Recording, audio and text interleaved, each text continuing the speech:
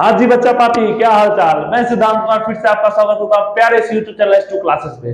तो आज हम थर्मल इक्विलिब्रियम के बारे में जानेंगे। थर्मल इक्विलिब्रियम होता क्या है। तो सबसे पहले हम लोग जानते हैं कि हीट फ्लो कहां से कहां करेगा।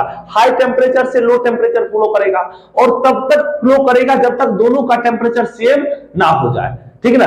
तो जब ये केस होगा कि दोनों में हीट फ्लो कर रहा है और जब हीट फ्लो होना बंद हो जाए, यानी जब दोनों का टेम्परेचर सेम हो जाए, तब उस स्टेट को हम लोग कहेंगे थर्मल इक्विलिब्रियम।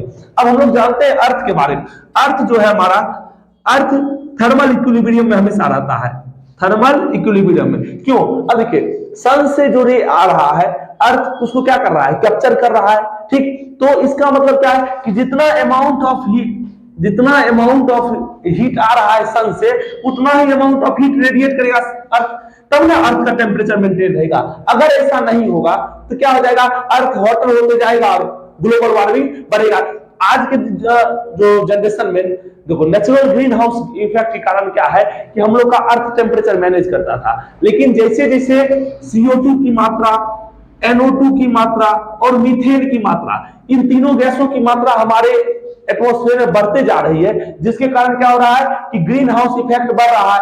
तो यहाँ क्या होता है, जितना रे आता है उतना रेडिएट नहीं कर पाता है अर्थ, जिसके कारण क्या हो रहा है, टेम्परेचर राइज हो रहा है, ग्लोबल वार्मिंग बढ़ रहा है, ठीक। तो ये डिपेंड करता है, अगर अर्थ थर्मल इक्विलिब्रियम में नहीं रहेगा तो टेम्परेचर राइज करेगा, ग्लोबल वार्मिंग के कारण क्लाइमेटिक चेंजेज आएगा, तो ये सब डिपेंड करेगा उस पर।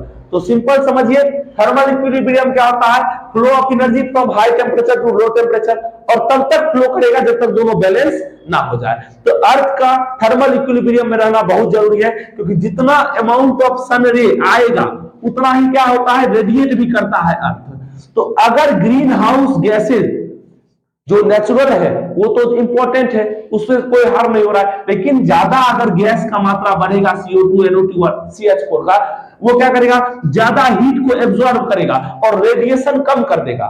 तो रेडिएट अर्थ कम कर रहा है, ज्यादा हीट एब्जॉर्ब कर रहा है, जिसके कारण क्या होगा, ग्लोबल वार्मिंग होगा। तो आज के लिए इतना ही।